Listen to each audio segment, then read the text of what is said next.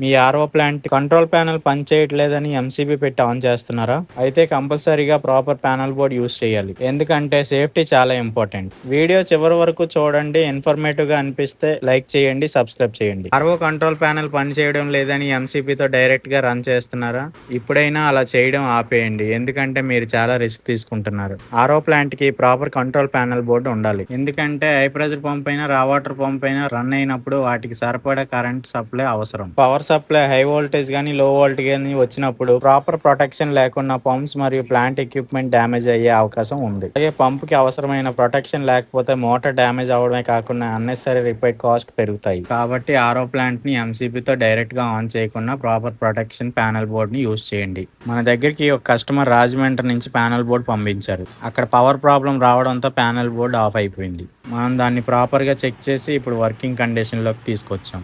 Customer తక్కువ బడ్జెట్లోనే save చేసుకున్నారు. ప్యానెల్ బోర్డ్ పోయిందని వదిలేకుండా వెంటనే జిఎంటీ సర్వీస్ సెంటర్కి కాల్ చేయడంతో మనం రిసీవ్ చేసుకొని కంప్లీట్ చేసాం.